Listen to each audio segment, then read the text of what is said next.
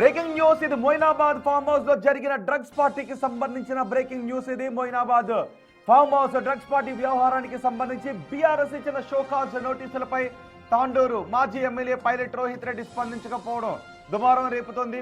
ఈ నెల 17న BRS high command నోటీసులు ఇచ్చింది. ఫామ్ హౌస్ పార్టీలో మాదక ద్రవ్యాల వినియోగంపై 7 రోజుల్లో లిఖిత పూర్వక వివరణ ఇవ్వాలి అని ఆదేశించింది.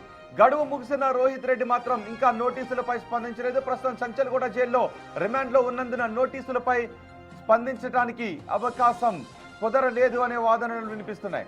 మరోవైపు వివరణ ఇచ్చే వరకు పార్టీ కార్యకలాపాలలో పాల్గొనకుండా రోహిత్ రెడ్డిపై బీఆర్ఎస్ ఇప్పటికే తాత్కాలిక నిషేధాన్ని విధించింది. గడువులోగా సంతృప్తికరమైన సమాధానం రాకపోతే పార్టీ రాజ్యాంగం ప్రకారం ఆయనపై బహిష్కరణ వేటు వేసే అవకాశం ఉందని పార్టీ హైకమాండ్ ఆ షోకాజ్ నోటీసులో వార్నింగ్ కూడా ఇచ్చింది. షోకాజ్ నోటీసును మీరు ఇప్పుడు బిగ్ టీవీ స్క్రీన్ పై చూస్తున్నారు.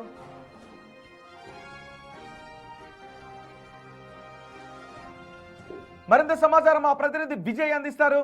విజయ్, పార్టీ షోకాజ్ నోటీసులు ఇచ్చినప్పుడే ఇదే విషయం గురించి మాట్లాడుకున్నాం.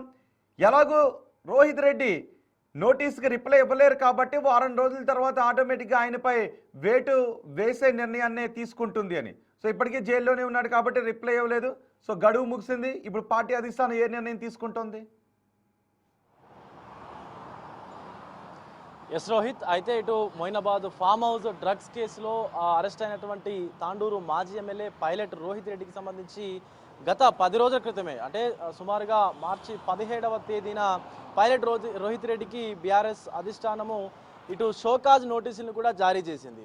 ఈ యొక్క వారం రోజుల లోపల రిప్లై ఇవ్వకపోతే, అంటే ఏదైతే వస్తున్నటువంటి ఆరోపణలు ఉన్నాయో దానిపైన సమకాలీనటువంటి విచారణ, అంటే ఏదైతే రిప్లై ఉందో అది ఇవ్వకపోతే పూర్తిగా పార్టీ నుంచి తీసివేసేటువంటి ఆలోచన కూడా బీఆర్ఎస్ ఉన్నట్టుగా ఆ షోకాజ్ నోటీసులు అయితే పేర్కొంది. అలాగే ఎలాంటి అధికారిక కార్యక్రమాల్లో కూడా రోహిత్ రెడ్డి పాల్గొనకుండా ఆదేశాలు జారీ చేసింది. కానీ ఇప్పటికే 10 రోజులు అవుతా ఉంది. 10 రోజులు అయినప్పటికీ కూడా ఇంతవరకు రోహిత్ రెడ్డి నుంచి ఎలాంటి రిప్లై అయితే బీఆర్ఎస్ పార్టీకి అందలేదు. సో దీన్ని బట్టి చూస్తుంటే ఖచ్చితంగా రోహిత్ రెడ్డి పైన చర్యలు తీసుకునేటువంటి విధంగానే బీఆర్ఎస్ ముందుకెళ్తున్నట్లే కూడా తెలుస్తూ ఉంది. ముఖ్యంగా పార్టీలో ఉన్నటువంటి కొంతమంది ముఖ్య నేతలు, ఎందుకంటే రోహిత్ రెడ్డి చర్యల వల్ల ఇప్పటికే బీఆర్ఎస్ పార్టీకి మచ్చ వచ్చింది. సో దానివల్ల మరింత మంది కూడా పార్టీని వీడేటువంటి అవకాశం ఉంది. ఇప్పటికే పార్టీ ప్రతిపక్షంలో ఉంది.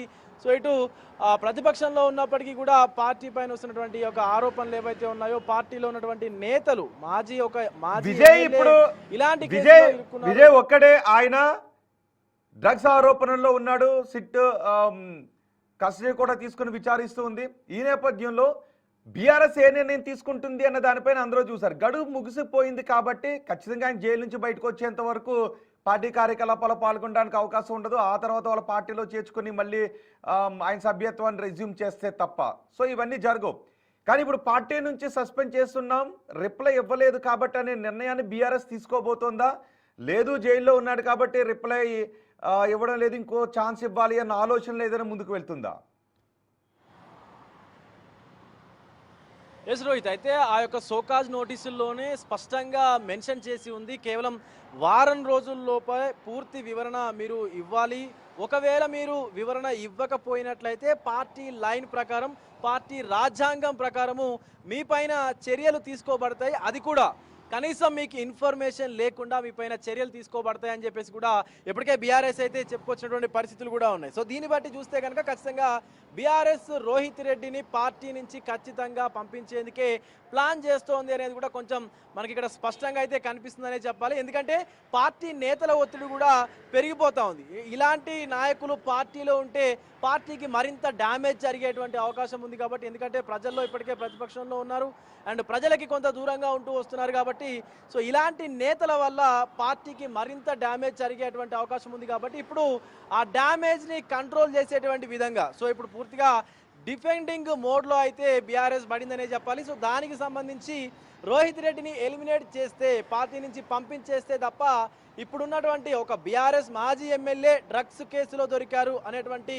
ఆ మాట ఏదైతే ఉందో దాన్ని తీసివేసేటువంటి విధంగా బీఆర్ఎస్ అడుగులు వేస్తుందనే చెప్పాలి. సో ఇప్పటికే 10 రోజులు గడుస్తూ ఉన్నాయి. బీఆర్ఎస్ ఇచ్చిన టైం కేవలం వారం రోజులు మాత్రమే. కానీ 10 రోజులు గడుస్తున్నప్పటికీ కూడా ఇంతవరకు రోహిత్ రెడ్డి సమాధానం ఇవ్వలేదు. ఇప్పటికే 3 రోజుల కస్టోడియల్ ఎంక్వైరీని కూడా రోహిత్ రెడ్డి ఎదుర్కొన్నారు. ఆ యొక్క ఎంక్వైరీలు కూడా పలు కీలక సమాచారాన్ని పోలీసుల కంటే సిట్ అధికారులకు రోహిత్ రెడ్డి చెప్పినట్లుగా కూడా కొన్ని వార్తలు వస్తూ ఉన్నాయి. కాబట్టి ఖచ్చితంగా ఈ యొక్క కేసులో రోహిత్ రెడ్డికి శిక్ష పడేటువంటి అవకాశం ఎక్కువగా ఉంది అనేటువంటి సమాచారంతో ముందస్తుగానే బీఆర్ఎస్ యాక్షన్ ప్లాన్తో ఈ యొక్క షోకాజ్ నోటీసులను జారీ చేసిందని కూడా పెద్ద ఎత్తున అప్పుడు రాజకీయ పరంగా కూడా చర్చలు జరిగాయి. కాబట్టి ఖచ్చితంగా బీఆర్ఎస్ నుంచి రోహిత్ రెడ్డిని తీసివేస్తేనే ఈ యొక్క ముద్ర అనేది పోతుంది, ఈ యొక్క మచ్చ అనేది పోతుంది అనేటువంటి ఆలోచనలో బీఆర్ఎస్ ఉన్నట్లుగా అయితే మనకి స్పష్టం అవుతా ఉంది రోహిత్.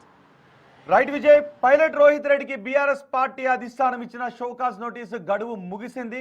మరి ఇప్పుడు అధిష్టానం ఏ నిర్ణయం తీసుకోబోతుంది? పైలట్ రోహిత్ రెడ్డి 7 రోజుల సమయంలో ఆయన రిప్లై ఇవ్వలేకపోయాడు కాబట్టి పార్టీ నుంచి బహిష్కరిస్తూ నిర్ణయాన్ని తీసుకుంటుందా, ఆదేశాలు జారీ చేస్తుందా లేదో చూద్దాం.